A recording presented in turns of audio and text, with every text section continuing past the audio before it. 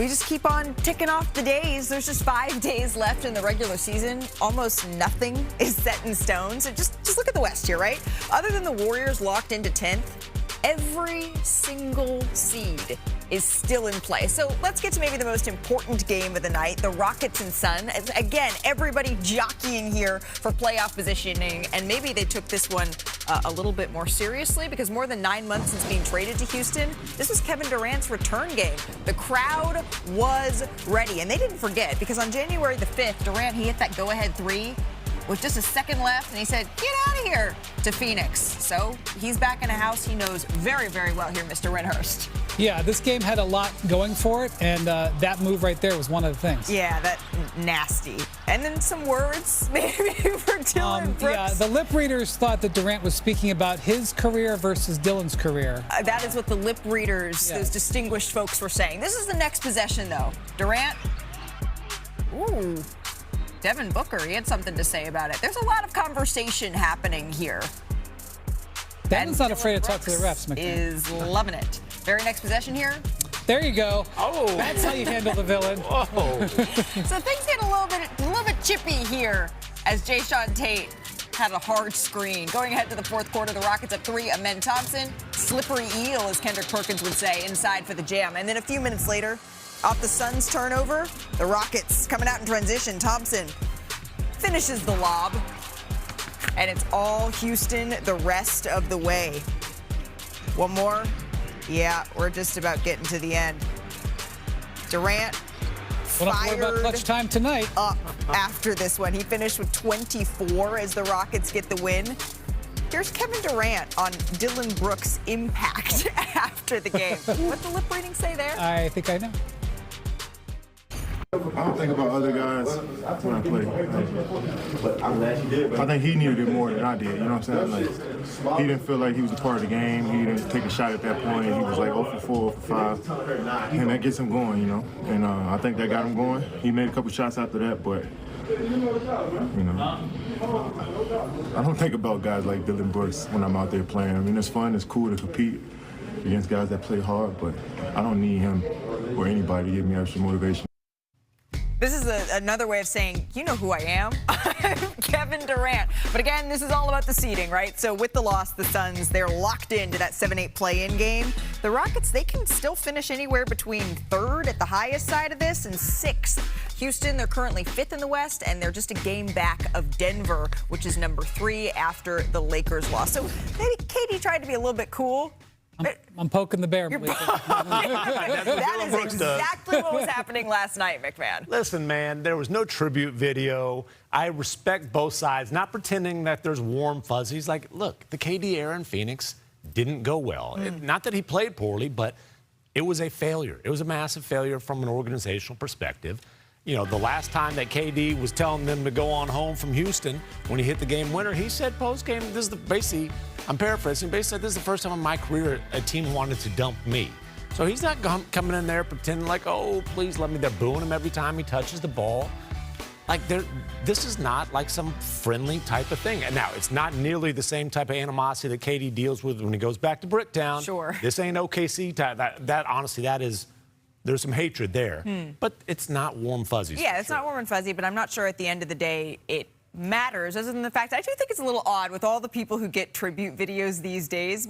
It's a little interesting that Kevin didn't get one. It was a little petty. It was a little petty. Just a little bit. Well, what's the saying on this show? You got to stay petty so you don't have to get petty, and apparently the Phoenix Suns were living up to that. But what this comes down to, the brass tacks, Houston's ripped off 7 straight wins. All that stuff was awesome. I love when Dylan Brooks. Did you see him when he got in the showdown with Benny the Bull the other day? It was one of the great moments of the week. I'm taking Dylan over Benny. Yes. All right, fair enough. But Houston has won 7 games in a row. And more importantly, they're in great position in the standings. You know, when they lost to the Lakers 2 weeks ago, they had that back-to-back where they lost to them.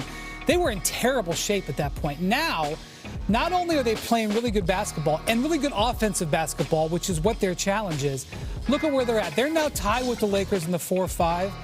The Lakers are limping to the finish line. Houston is in excellent position to get the 4. Look, let's just be honest right now. The Lakers are the mark. Yep. That's who teams want to play because they're so banged up. The Rockets are in position not only to get the mark in the first round, but to potentially do it with home court advantage and momentum. This is one of the reasons why you say in the NBA there's always time. They have taken all of their opportunity to get on a good spot, and that's where they're at. You cover Houston closely. What are they saying? What have you heard in terms of the way that they are prioritizing the seed that they want to land? Is it just highest possible, or are they playing the matchup game? I don't think they're playing the matchup game. Okay. I think they're just getting as high as possible. It's funny, I covered that baseball series when the Lakers went down there and beat them twice. And there are some people in Houston who might have listened to the Hoop Collective, might have heard us say that the Rockets are the team that these other teams in the West wanted to see. Maybe that was the reality at the time. Things are always fluid in the NBA. Yep. Circumstances have changed. The Rockets are certainly playing better. And, really, it's more about the Lakers' misfortune. Sure. I mean, what a terrible turn for L.A. Yeah, the Lakers are really the team, unfortunately for them, that there is blood in the water and other teams are smelling it. Although I was in Crypto.com Arena last night, and I'm hearing Luka could be back around the team as early as next week. And remember, he went abroad to get that treatment. So we'll see if that comes to fruition. But the West is wild. If that's the West, look at the East. Literally one playoff seed, the Pistons. That's it. That's the only thing that's been decided, that they're the #1 seed. And we only have 3 games left to play. And Detroit, they're the 1 seed, and they also just got some great news to celebrate because Cade Cunningham is expected to make his return to the lineup tonight against the Milwaukee Bucks. He's missed, remember, the last 11 games with a collapsed lung that he got diving on the floor for a ball against the Washington Wizards. So the Pistons, they have the top seed locked up. Now Cade is coming back, but knowing that they already have that seeding, what is the plan for Cade for this final couple of games? Well, obviously they didn't have to bring him back. They could very easily have just let him have the time, but if he's healthy enough to do it, I think they want to reintegrate him because, quite frankly, even though they have played very, very well with him out, which has actually really impressed me and actually got me to more believe in their chances, they have changed some things up. They've changed some of the things how they've run their offense. I think they'd like to get back into the flow a little bit because once their season ends, the end of this weekend, they're going to not only wait a week, they're going to wait potentially 4 days to find out who their opponent is. So he might as well use these times to try to get some reintegration. Yeah, chip off some rust. Hopefully he can get a little bit of a rhythm before the layoff for the play-in. Yeah. Now, this is not about chasing awards. He's not going to be eligible for that.